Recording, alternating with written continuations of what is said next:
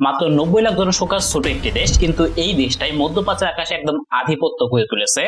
দেশটা ছোট হলেও দেশটির আকাশ সীমানায় এমন এক ধরনের শক্তি গড়ে তুলেছে যা সমগ্র বিশ্বের অনেক বড় বড় দেশই এর ধারে কাছে পৌঁছাতে পারেনি। ইসরায়েলের বিমান বাহিনী মধ্যপ্রাচ্যের সবচেয়ে আধুনিক, প্রশিক্ষিত এবং প্রযুক্তিগত উন্নত বাহিনী। আর এটি শুধুমাত্র কথাই না, তার কাজে অনেকবার প্রমাণ দেখিয়েছে।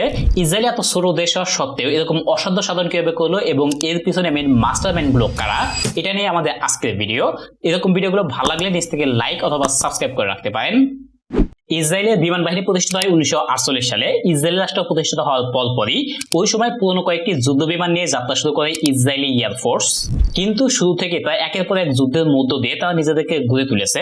যেমন 1948 সালে আরব ইসরায়েলের সংঘর্ষ, কিংবা 1967 সালে 6 ডে ওয়ারের কথা মনে আছে, যেখানে ইসরায়েলের বিমান বাহিনী শুধুমাত্র কয়েক ঘন্টার মধ্যেই মিশর, সিরিয়া এবং জর্ডানের বিমান ঘাঁটিগুলো একদম উড়িয়ে দিয়েছিল।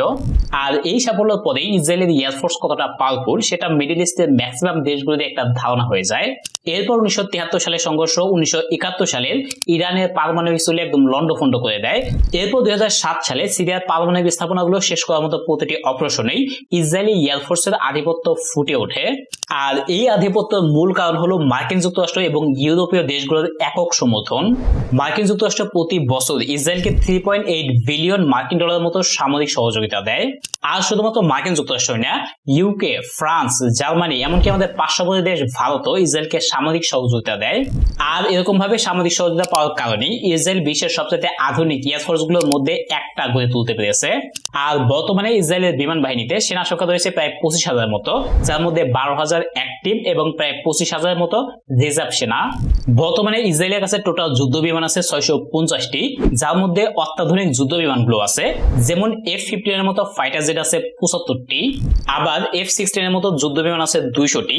এর সাথে F-35 এর মতো অত্যাধুনিক যুদ্ধ বিমান আছে প্রায় 42টি। তার সাথে এই দেশটার এয়ার ডিফেন্স সিস্টেম কতটা শক্তিশালী এটা আপনারা কম বেশি সবাই জানেন। এর সাথে আরো বিভিন্ন ধরনের সরঞ্জাম আছে, তবে ওইগুলো নিয়ে আলোচনা করছি না। ইসরায়েলের বিমান বাহিনী মধ্যপ্রাচ্যের সবচেয়ে আধুনিক, প্রশিক্ষিত এবং প্রযুক্তিগত উন্নত বাহিনী।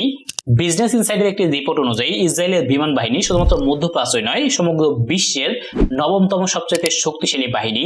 এই শক্তি অর্জন করার পরেই ইসরায়েল তার আশেপাশের সমগ্র দেশগুলোর উপরে গোয়েন্দা নজরদারি, টার্গেট কিলিং, এমনকি নো ফ্লাইং জোনের মতো আগ্রাসী মনোভাব বাড়িয়ে যাচ্ছে। তার সাথে গাজা, লেবানন, সিরিয়া, ইয়েমেন, এমনকি ইরানের উপরেও অন্যায় অত্যাচারের মতো কাজ চলছেই। এখন পর্যন্ত গাজায় ইসরায়েলের আগ্রাসনের ফলে প্রায় 37,000 সাধারণ মানুষ, এবং কিছুদিন আগে লেবাননের হিজবুল্লাহ প্রায় 5,500 মতো সাধারণ মানুষ, তার সাথে কিছুদিন আগে ইয়েমেন এবং বর্তমানে ইরানের প্রায় 500 মতো সাধারণ মানুষ এই পৃথিবী ছেড়ে তারা বিদায় করে দিয়েছে। আর এই বিষয়ে পশ্চিমা বিশ্ব, জাতিসংঘ কিংবা মার্কিন যুক্তরাষ্ট্র একটা টু শব্দ পর্যন্ত করেনি। তারা এককভাবে ইসরায়েলকে সামরিক সহায়তা দিয়ে গেছে, এমনকি এখনো দিচ্ছে।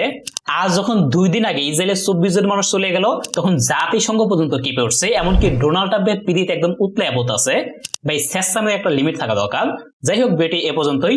এই ধরনের ভিডিওগুলো ভালো লাগলে নিচ থেকে লাইক অথবা সাবস্ক্রাইব করে রাখতে পারেন। সো ভালো থাকবেন, সুস্থ থাকবেন, আল্লাহ হাফেজ।